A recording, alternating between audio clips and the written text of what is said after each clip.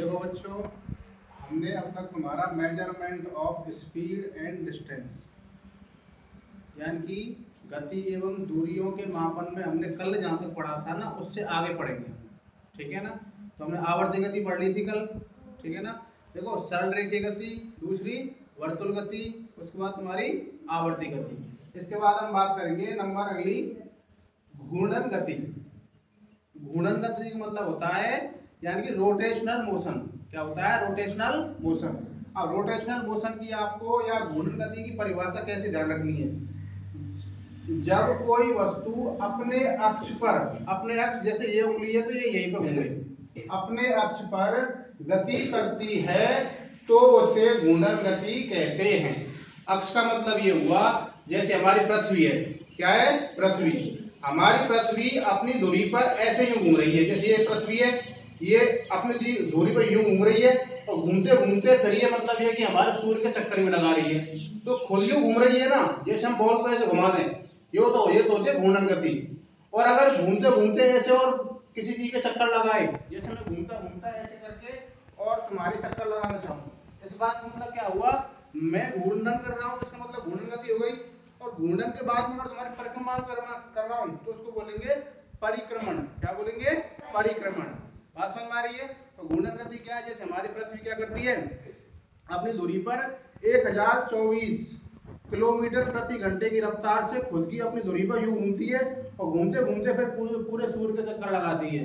तो एक घूर्णन पूरा होने पर दिन रात होती है तुम्हारे पृथ्वी में, ऐसे घूमती है तो एक बार रात हो जाएगी, उधर दिन हो जाएगा। अब जैसे बात करें, अगर हम विदेश में जाएंगे, दूसरी जगह पर जाएंगे, तो वहां पे क्या है कि फिलहाल रात हो रही होगी और यहाँ पे क्या निकल रहा है? दिन। क्योंकि हमारे सूर्य की जो प्रकाश किरणें जहाँ पे आती है तुम्हारी, वहीं पे क्या हो जाता है? उजाला या दिन। बात समझ में आ रही है? इसी प्रकार हम बात करें तो हमारी पृथ्वी क्या है कि घूमते घूमते क्या लगाती है तुम्हारे सूर्य के चक्कर। तो एक सूर्य का चक्कर लगाने में कितना टाइम लगता है तुम्हारा? 365 दिन। 365 दिन 65 घंटे 48 मिनट और 56 सेकंड। एक्चुअल टाइम तो ये है 365 दिन। ठीक है ना। ये बात ध्यान रखनी है आपको। अब बात करेंगे इस उदाहरण की बात करें। उदाहरण क्या है हमारा? पृथ्वी के पारित चंद्रमा द्वारा गति। इसी प्रकार हमारा चंद्रमा क्या कर रहा है तुम्हारा? हमारी पृथ्वी कर रही है सूर्य के चक्कर, हमारी पृथ्वी लगा रही है सूर्य के चक्कर और चंद्रमा लगा रहा है हमारे चक्कर। हमारी पृथ्वी के चक्कर कौन लगा रहा है? चंद्रमा। और हम किसके चक्कर लगा रहे हैं? तुम्हारे सूर्य के। बात समझ में आ रही है आपको? ठीक है साहब। दूसरा उदाहरण, हमारे शरीर में रुधिर का परिसंचरण। हमारे शरीर में रुधिर का परिसंचरण का मतलब हुआ कि हमारा जो हार्ट होता है, हार्ट मतलब दिल, ये क्या करता है? ब्लड को पंप करता है ऐसे, और पंप करने पर ये प्रेशर से ऊपर जाता है और फिर पूरे हमारे शरीर में ऐसे घूमता रहता है, इस तरीके से घूमता रहता है। और जब घूम रहा है तो घूमने को क्या कहते हैं? हम घूर्णन कहते हैं। तो हमारे ब्लड का इस तरीके से घूमना भी क्या है तुम्हारा? घूर्णन गति का एक उदाहरण है। बात समझ में आ गई तुम्हारी? अब बात करते हैं आगे। अब देखो, अगर हम बात करें लंबाई बढ़ते हुए परिणाम, यानी कि लंबाई के अगर हम बढ़ते हुए परिणाम की बात करते हैं तो सबसे छोटा कौन होता है? मिलीमीटर। मिलीमीटर से बड़ा कौन होता है? सेंटीमीटर। देखो 10 मिलीमीटर में 1 सेंटीमीटर होता है। ठीक है भाई। अब बात करते हैं सेंटीमीटर से बड़ा होता है मीटर। अगर हम बात करें तो 100 सेंटीमीटर में 1 मीटर होता है और मीटर से बड़ा होता है किलोमीटर, यानी कि 1000 मीटर में 1 किलोमीटर बनता है। बात समझ में आ रही है? इस तरीके से आप उनके यानी कि लंबाई के बढ़ते हुए मात्रा ध्यान रखने हैं। यानी कि मिलीमीटर इस वाले चिन्ह को कहते हैं ग्रेटर देन। क्या कहते हैं? Greater than. ग्रेटर देन का मतलब होता है हिंदी में बड़ा है। क्या होता है? बड़ा है। तो सेंटीमीटर, सॉरी इसको बोलेंगे लेस देन, इसके बाद बोलेंगे लेस देन मीटर, उसके बाद लेस देन किलोमीटर। बात समझ में आ रही है?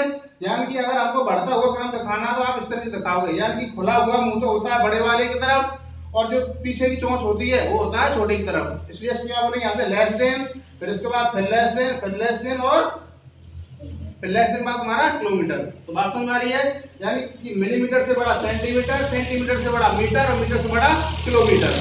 ठीक है साहब। अब चलते हैं हम आगे। देखो, अगर मैं तुम्हारा कॉलम 1 और कॉलम 2 को मिलाने की बात करूं या उदाहरण के रूप में बात करूं, आपने पढ़ी है सरल रेखीय गति। क्या पढ़ी है? सरल रेखीय गति होती है यानी सीधी गति। तो सीधी गति का अगर हम उदाहरण लेना चाहें क्या होता है? March past. क्या होता है? मार्च पास्ट या सीधी रेखा में गमन करना। इसके बाद बात करता हूं तुम्हारा वर्तुल गति। वर्तुल गति का क्या उदाहरण ध्यान रखना आपको, जैसे घड़ी की सुई भाई वृत्ताकार चक्कर लगा रही है, जो वृत्ताकार चक्कर लगा रही है तुम्हारी वर्तुल गति। इसके बाद हम बात करेंगे तुम्हारी आवर्ती गति, जैसे तुम्हारा सरल लोलक, यानी सरल लोलक ऐसे जाता है फिर वहां आता है फिर ये जाता है फिर यहाँ आता है, तो एक आवर्त पूरा हो जाता है। क्या हो जाता है? एक आवर्त पूरा हो जाता है, इसलिए क्या कहते हैं सरल लोलक को। सरल लोलक किसका उदाहरण? तुम्हारा सरल यानी कि आवर्त गति का उदाहरण है। बात समझ में आ गई यहाँ तक? अब लास्ट तुम्हारा घूर्णन गति। घूर्णन मतलब किसी चीज का लुढ़कना या अपनी दूरी पर घूमना, उसका उदाहरण तुम्हारा लुढ़कती हुई गेंद। गेंद अगर तुम्हारी लुढ़क रही है वो क्या कर रही है? घूर्णन कर रही है। ठीक है भाई, बाकी नेक्स्ट क्लास।